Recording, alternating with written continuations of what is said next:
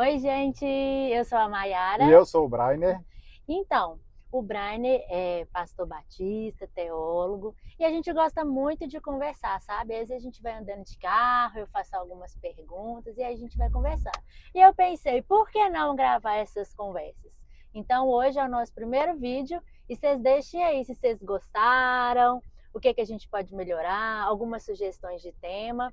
E hoje eu vou começar falando sobre um assunto que está sendo muito importante para mim nesse momento, né? Nós passamos por uma mudança de igreja depois de 20, 22 anos, 23, né? você 23 e eu Ah, 21, né? Então, depois de um período muito extenso numa igreja, nós fizemos uma mudança, assim, e que eu tô amando demais. Então, assim, tenho conversado com o Brian e falado sobre algumas questões teológicas. Então, hoje vou trazer para vocês a nossa primeira conversa. Bora lá? vamos lá, então. Então, Brani, quando a gente fala em batista, em ser batista, o que é que tem que vir à cabeça? Então, as igrejas batistas, elas são baseadas em alguns pilares, né? Bom, quando a gente pega na questão histórica, os batistas, eles zelam e prezam pela separação entre igreja e Estado, né? Então, é necessário haver essa separação clara e legítima. Outro ponto também destacado é que os batistas, eles zelam também pela autonomia da igreja local, né? O contexto, né, de uma igreja batista, ela sai ali do anglicanismo, né, na Inglaterra, na qual as igrejas elas tinham uma formação episcopal, né? O que é episcopal? É muito similar àquilo que nós vamos encontrar na Igreja Católica, né? Que na verdade a Igreja Católica é uma igreja episcopal, isso é a administração dela. Nós vamos ter ali os padres nas paróquias, né? Posteriormente os arcebispos, né? Isso subindo até chegar no Vaticano. Ah, tá. Tá? A Igreja Anglicana tinha uma formação muito semelhante a essa também, né? Na qual nós temos um líder ali nomeado pelo rei da Inglaterra, que seria o líder da Igreja Anglicana.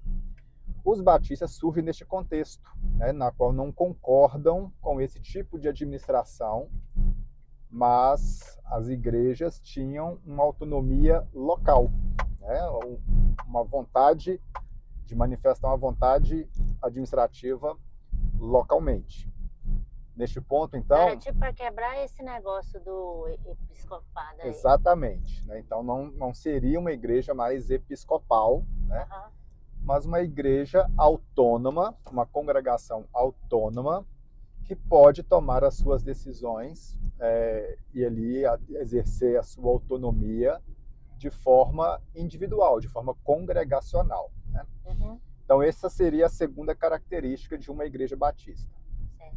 E a terceira característica, que vai ficar muito marcada também de uma igreja batista, é quanto ao modelo de batismo, né? Dentro do contexto ali também da reforma protestante, as igrejas reformadas mantiveram o batismo por aspersão e também o batismo infante, né, dos filhos dos crentes, como um símbolo da aliança. Uhum. Já os batistas entendem que o batismo ele é um símbolo do novo nascimento. Peraí, batismo infante é de quem? São feitos de crianças, né? Não, mas você falou quem que faz? O batista veio para combater isso. Isso, as igrejas reformadas. Ah, tá, reformadas. Né? Elas mantiveram essa prática do batismo infantil. Uhum. Né? Por exemplo, se você for pegar a própria igreja anglicana, a igreja luterana, né? A igreja presbiteriana, que vai ter uma origem também lá da reforma, eles mantêm a prática do batismo infantil, né? Já os batistas, eles criam uma nova concepção. Para eles, o batismo é um símbolo do novo nascimento e só pode ser exercido ou praticado para aqueles que têm ali a sua consciência, ou seja, realmente eu estou agora em Cristo e quero nascer de novo, quero viver para Cristo.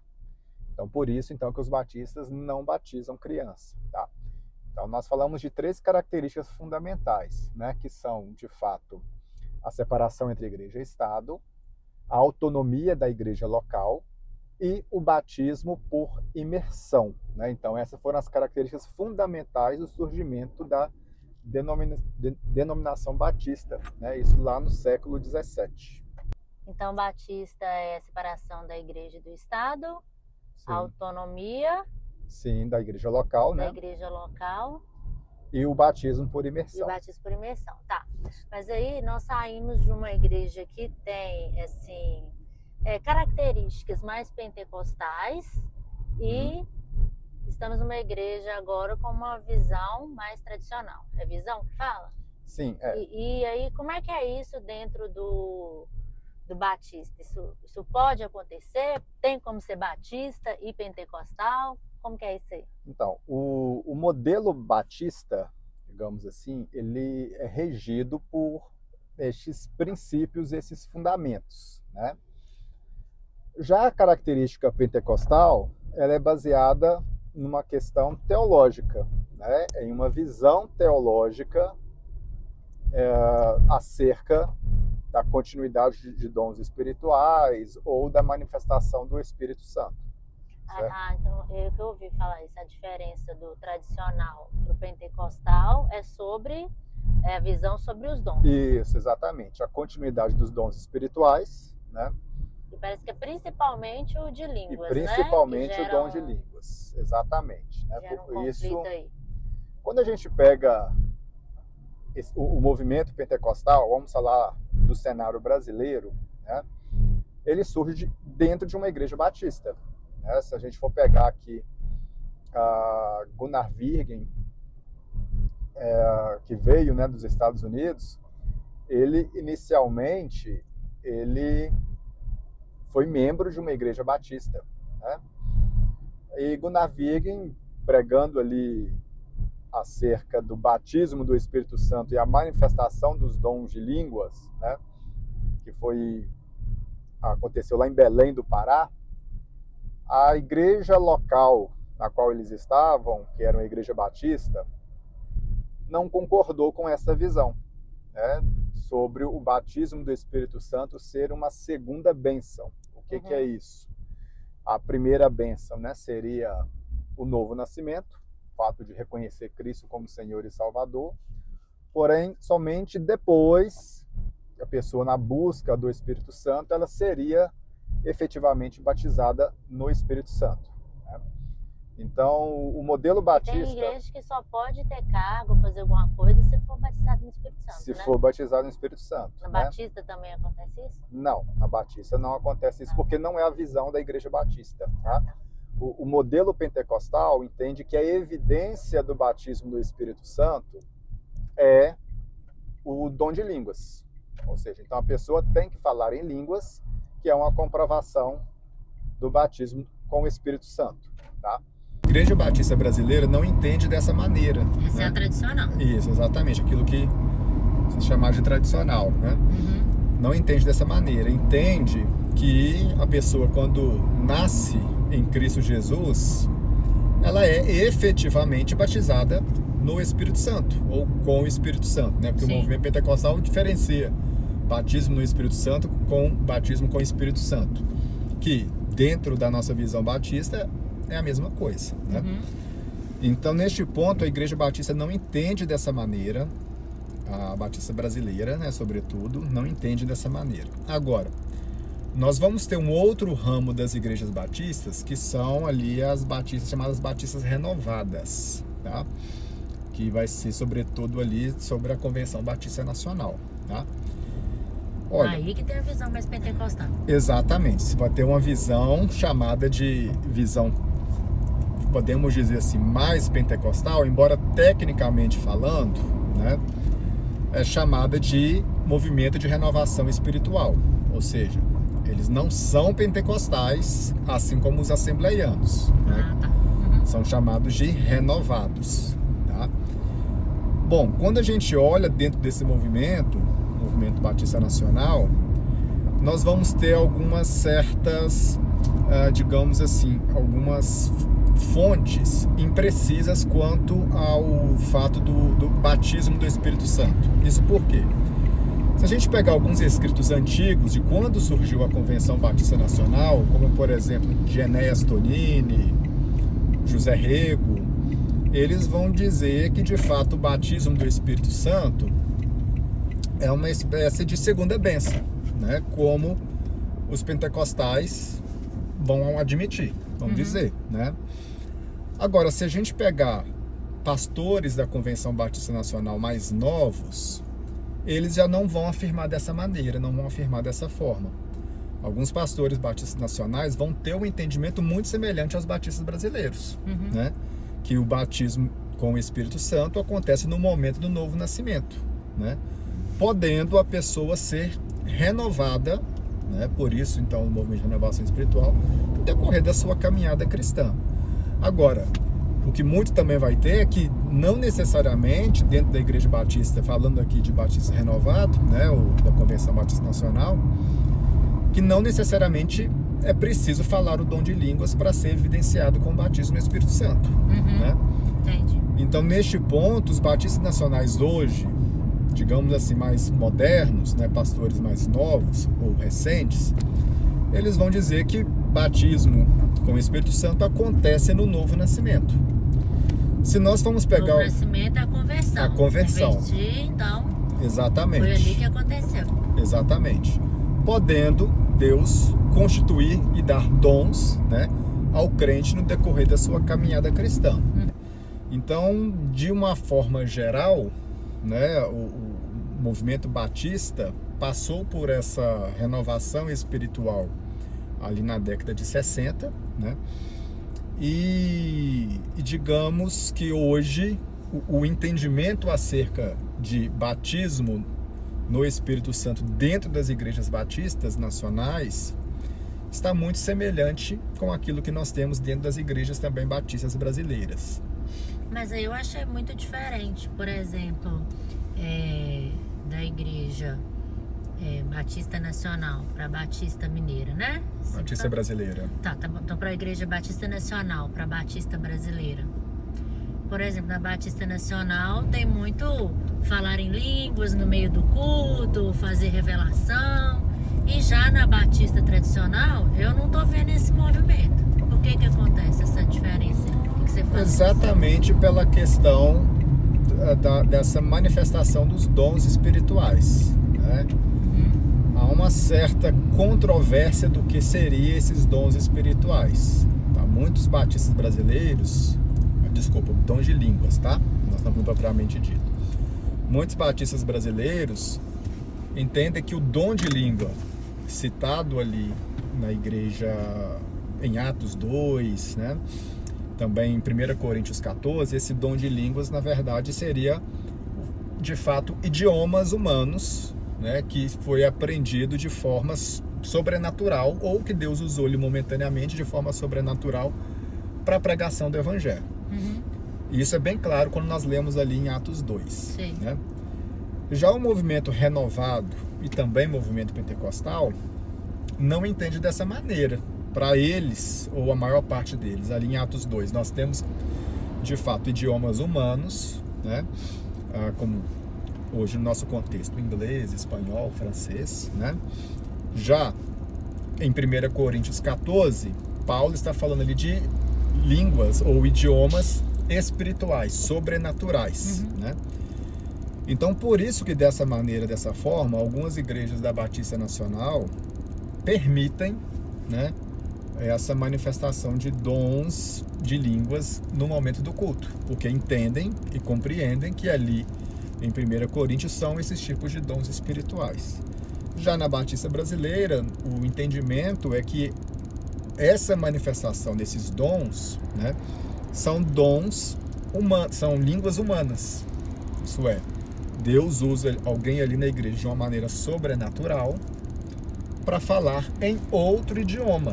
Tipo assim, a pessoa tá lá, veio dos Estados Unidos. Aí Deus dá um dom, faz ali um milagre daquela pessoa entender no idioma americano. Exatamente. Então imagine, chega uma pessoa na ali... Batista brasileira, tem essa visão tradicional, entendeu que aquilo foi um milagre de falar um outro idioma. Exatamente, isso. Assim como aconteceu em Atos 2, né? Que cada um ouviu no seu idioma. Cada um ouviu no seu idioma, tá? Entendi. Então esse é o entendimento batista brasileiro acerca dos dons de línguas, né? Que esse dom de língua seriam, de fato, um idioma que alguém falaria para uma outra pessoa não cristã, não crente, né? Acerca do evangelho, de um idioma que não era natural, nativo dela, né? Então, por exemplo, eu estou lá no Japão, né? Não sei japonês, mas ali de uma maneira sobrenatural, Deus me concede o dom de falar japonês e pregar o evangelho, né, para outras pessoas ali no Japão, né? Entendi. Foi o que aconteceu lá em Atos 2, isso está bem claro lá no texto, né? Vai questionar, não são esses homens judeus? Por que nós estamos ouvindo eles falarem nas nossas próprias línguas, né? Então é o questionamento que acontece lá. Então a maior, digamos assim, discordância, se assim podemos dizer, né, entre batistas tradicionais e batistas renovados, né, é quanto a essa manifestação deste dom de língua, tá? Se é idioma humano, né, ou se é um idioma espiritual, sobrenatural. Mas aí me parece, por exemplo, na CBN, né, na Batista Nacional, parece que isso é mais incentivado, né? Porque Sim. sempre acontece no meio do culto. Sim. Aí já na Batista Brasileira, né, visão tradicional, isso não é incentivado, porque eu não vi isso acontecer. Sim, exatamente, porque muitos da Igreja Batista Brasileira, né, como eu disse, entende que isso não é algo bíblico, né, porque de fato você não vai ter ali nem em Atos 2 e nem em 1 Coríntios esse tipo de dom espiritual, digamos, neste tipo de manifestação, né? Como eu disse, é um assunto, né, que você vai ter ali tanto em Atos 2 quanto em 1 Coríntios, pessoas fazendo um tipo de exegese no texto, né, puxando para o seu lado, né, puxando conforme a sua experiência, a sua vivência, né? Então são situações que nós temos. Mas o que é mais importante disso, tá? Que independente da visão e do posicionamento, né, que essas duas convenções hoje têm acerca do dom de língua propriamente dito, tá? Hoje essas duas igrejas fazem parte da Aliança Batista Mundial, né? O que lá atrás, no passado, foi motivo de expulsão, né, principalmente daquilo que pode ser chamado das igrejas renovadas, batistas renovadas, né? Foi uma divisão que lá, foi uma né? divisão, um certo desentendimento. Essas duas conversões hoje já se reconciliaram, né? Então tem um diálogo muito bom e muito aberto, né, entre si, e são todos irmãos em Cristo, isso que é o mais importante. Então eu posso ser batista brasileiro, tradicional, e falar em línguas lá no meu quarto? Como é que fica isso? Então, é uma questão que nós vamos ter sobre, de fato, o que é o dom de línguas, porque eu entendo o seguinte: de fato, 1 Coríntios 14, se a gente fizer um exegese do texto, nós vamos ter ali, o que acontece? Dons de línguas humanos. Paulo vai falar, por exemplo, se alguém estiver falando em línguas no culto, que haja intérprete, certo? A palavra grega utilizada ali, que foi traduzida para nós intérprete, a palavra que chega mais perto de fato não é intérprete, é tradutor, tá? O que é um tradutor?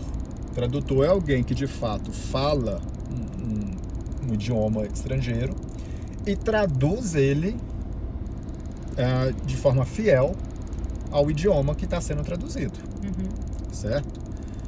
Quando a gente pega essa manifestação desses dons e a gente olha, né, quando a gente pega algumas interpretações, alguém fala que tem o dom de interpretação, nós vamos ver que cada pessoa é interpretada de uma maneira diferente, né, quando se manifesta esse dom. O que mostra uma certa discordância, né, com aquilo que Paulo está falando ali.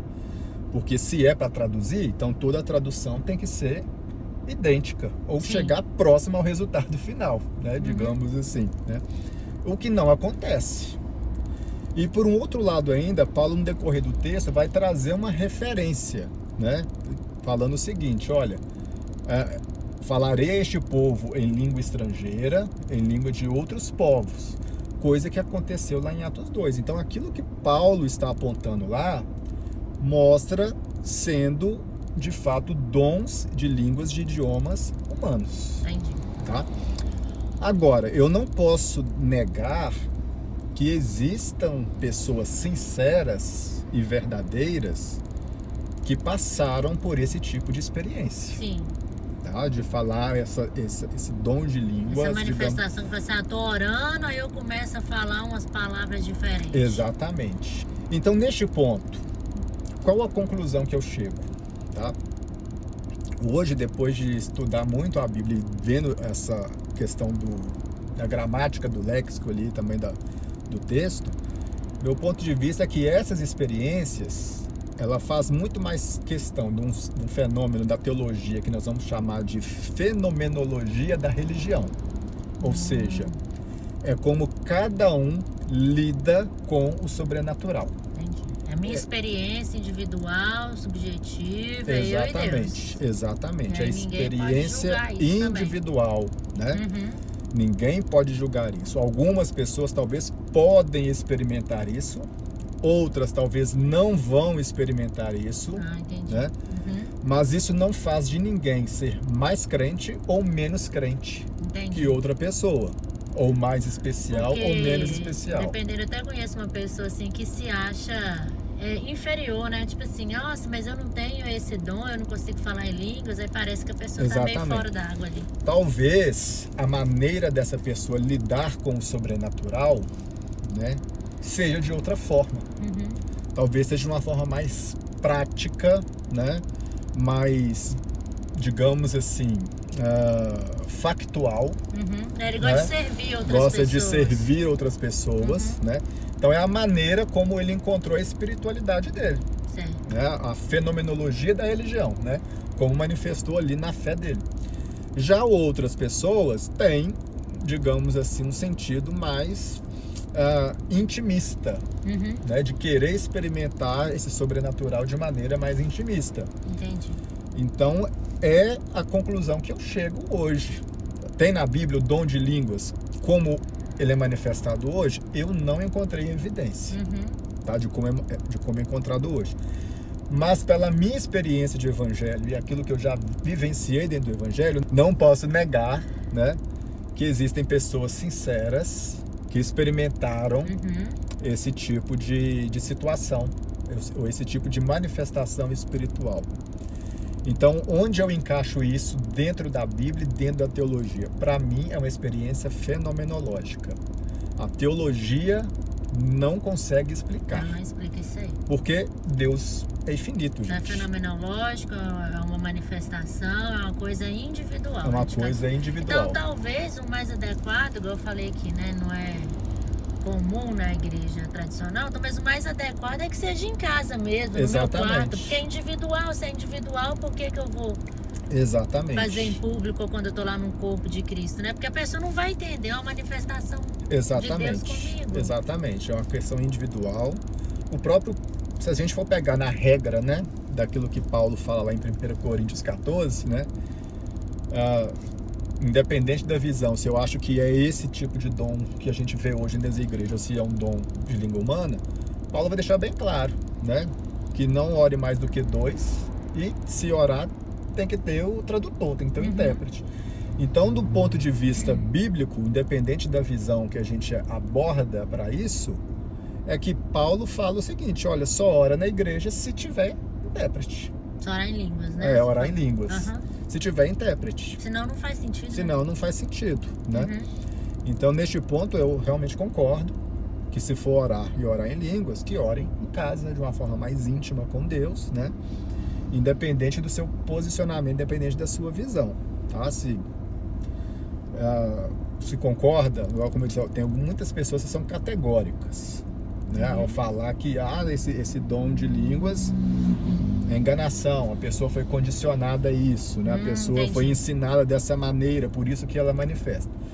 Eu não quero entrar nessa discussão, né? Porque eu acho que cada um tem a sua experiência, cada um tem a sua realidade, né? E nem tudo vai ter explicação. E nem tudo nós vamos ter teologia, explicação diante da teologia. Teologia, digamos assim, é uma ciência, né, que estuda Deus, mas a ciência não pode explicar Deus.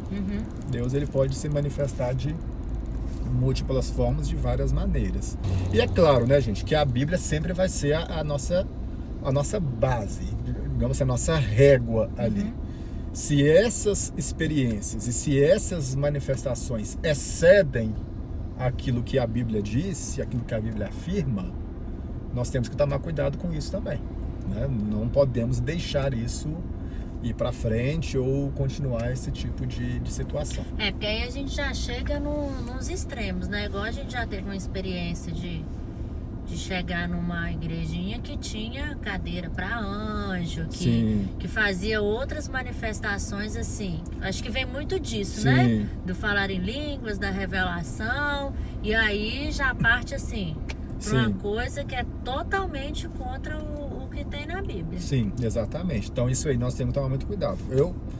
Como eu disse, eu acho que tudo na Bíblia, né, tudo que nós vamos encontrar dentro das escrituras é com bom senso, né? É com, de fato, ali, disciplina, ordem, decência, né? Que a gente precisa manter isso no ambiente de culto, né? No ambiente de liturgia, né? Para que o nome de Cristo seja glorificado em toda situação. Então, eu comecei o vídeo perguntando, né, sobre ser batista, aí eu falei tradicional e pentecostal. Então, não é tradicional e renovada, né? Exatamente. E aí nós falamos da Batista Brasileira, né? Falamos da Batista Nacional. Sim, exatamente. Tem mais alguma ou são só essas? Como é que... Sim, olha, no Brasil hoje nós temos essas duas maiores convenções batistas, né? A Batista Brasileira, que foi a primeira que surgiu. Então começamos sendo Batista tradicional. Isso, Batista Brasileira. Depois, né, que surgiu esse movimento renovado. Isso, na década de 60. Tá? Aí veio surgir a Batista Nacional. Porém, fora essas duas convenções, nós vamos ter também outras convenções batistas. Tá? Por exemplo, a Batista regular, né? Que essa eu nunca ouvi falar. Realmente, na nossa região aqui, nós temos muito poucas igrejas da chamada Batista regular. Né? Mas existe, né? Tem no Brasil, né, essa convenção também. Nós temos batistas independentes, né? Uma outra sequência de convenção também. E nós vamos ter também aqui que vai chamar de batistas reformados, né? Que vai zelar mais por uma teologia reformada. Tá? Então são alguns outros modelos de igreja batista também que nós vamos ter aqui no Brasil, mas como eu disse, na conclusão final, né, as duas maiores convenções propriamente ditas é a Convenção Batista Brasileira de longe, né, com o maior número de igrejas batistas. A mais representativa. É a mais representativa no Brasil. E depois, né, a Convenção Batista Nacional. Então tem Batista Brasileira, Batista Nacional, regular e reformada?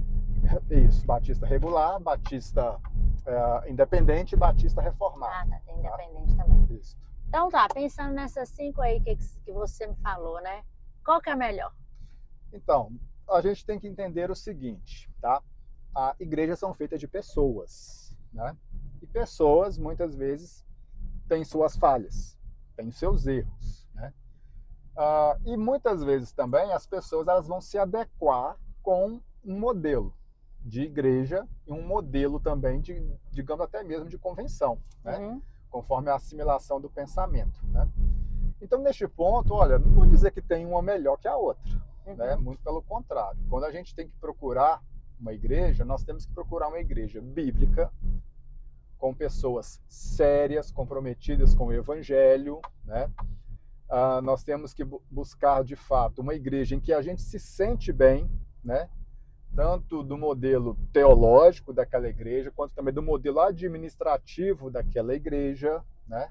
Mas não pode ser um se sente bem, tipo assim, que aceita tudo, que É. tudo pode, que o troço é uma bagunça, Não, né? não, isso de forma alguma. Não é um se sente bem que aceita o pecado com tudo, né? Né? Não, de maneira alguma. Nós estamos falando aqui de igrejas sérias que pregam contra o pecado e a necessidade do arrependimento, né? Uhum.